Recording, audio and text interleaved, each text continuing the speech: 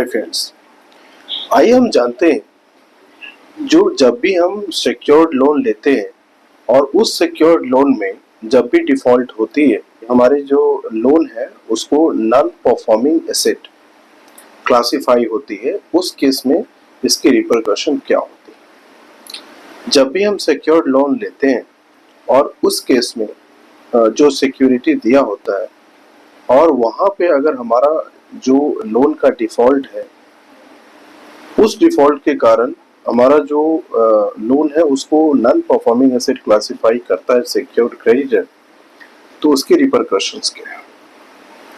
Section 13 subsection 2 of SARFAESI act ये हमें बताता है कि जो बोरोवर है वो अंडर जो लायबिलिटी है, जो उनको लोन का ईएमआई पे करना है और जो भी उसके इंस्टॉलमेंट पे करते हैं, और वहां पर जो है उन्हें सिक्योरिटी एग्रीमेंट है, यानी सिक्योर्ड एसेट जो सिक्योरिटी के रूप में दिया गया वो एग्रीमेंट के तहत मॉर्गेज, और वो अपना उनके जो लोन है उसको नॉन परफॉर्मिंग एसेट होती है। उस केस में जो सिक्योर्ड क्रेडिटर है वो नोटिस इशू करता है subsection 2 of section 13 to the borrower, और उनको बोला जाता है कि आप जो है अपना जो फुल अमाउंट है, जो लायबिलिटीज है, वो पे ऑफ कीजिए 60 दिन के अंदर। तो 60 डेज का समय मिलता है टू पे ऑफ। अगर ऐसी परिस्थिति होती है जहां पे जो बोरोवर है और उसने क्या किया कि 60 दिन के अंदर उस लोन को पे नहीं किया, यानी जो फुल पेमेंट करनी थी उसको पे नहीं किया, फिर उस केस में क्या प्रॉब्लम क्रिएट होता है? जब भी सेक्शन 13 सबसेक्शन 2 के तहत बोरोवर को नोटिस दिया जाता है तो बोरोवर को बिल्कुल अलर्ट होनी चाहिए। उसमें क्या टर्म्स है, जो भी नोटिस में पीरियड मेंशन है उसके हिसाब से उसको पे ऑफ करना है। लेकिन अगर वो लोन का पे ऑफ नहीं होता है, फुल जो भी फुल पेमेंट की बात होती है, तो यहां से स्थिति खराब होना शुरू होती है। अब ये है कि अगर नहीं इसका पेमेंट होगा तो उस केस में क्या रिपरकशन होंगे?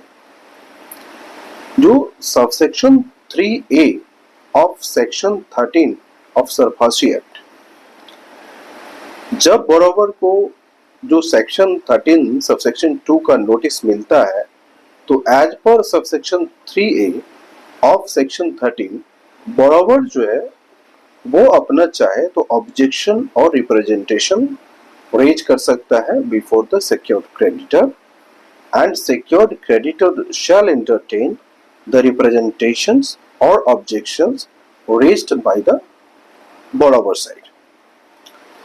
और अगर सिक्योर्ड क्रेडिटर को लगता है कि इनके जो ऑब्जेक्शंस है या इसके जो रिप्रेजेंटेशंस है वो टेनेबल नहीं है, एक्सेप्टेबल नहीं है, तो वो जो 7 दिन के अंदर वो राइटिंग में देंगे और उसका रीजन भी बताएंगे कि किस रीजन से इनके जो प्रपोजल थे, इनके जो ऑब्जेक्शन थे, इनके जो रिप्रेजेंटेशन थे वो एक्सेप्टेबल नहीं है। बट उसको लिख के रिटर्न में इशू करेगा और 7 दिन के अंदर करना होगा सिक्योर्ड क्रेडिटर को। अब हम समझते हैं कि अगर बोरोवर ने पे ऑफ नहीं किया तो फिर जो सेक्शन 13 सबसेक्शन 4 है वहां पे इंप्लीमेंटेशन स्टार्ट हो जाती है। तो सेक्शन 13 है सबसेक्शन 4 ऑफ सरफासी एक्ट कि जो सिक्योर्ड क्रेडिटर के पास रेमेडी है और वो ले सकता है may take recourse to recover the amount any or more of the specified methods under subsection 4 of section 13। जैसे वो जो सिक्योर्ड एसेट है उसको वो टेक ओवर कर सकती है, including the rights to sell और लीज भी कर सकती है। दूसरा है कि अगर आपकी बिजनेस को आपने सिक्योरिटी में दे दिया है लोन के अगेंस्ट और वो सब्सटेंशियल है, तो उस केस में बिजनेस का भी जो मैनेजमेंट है उसको भी टेक ओवर किया जा सकता है। इसके अलावे जो उसमें अपॉइंट किया जा सकता है पर्सन को to manage the asset or the business. अब पॉइंट होता है कि जब हम डीआरटी में अपील फाइल होती है तो उसको जल्द से जल्द निपटाना होता है और उसमें नॉर्मली 60 दिन के अंदर आपको इसको अपील को क्लियर कराना होता है।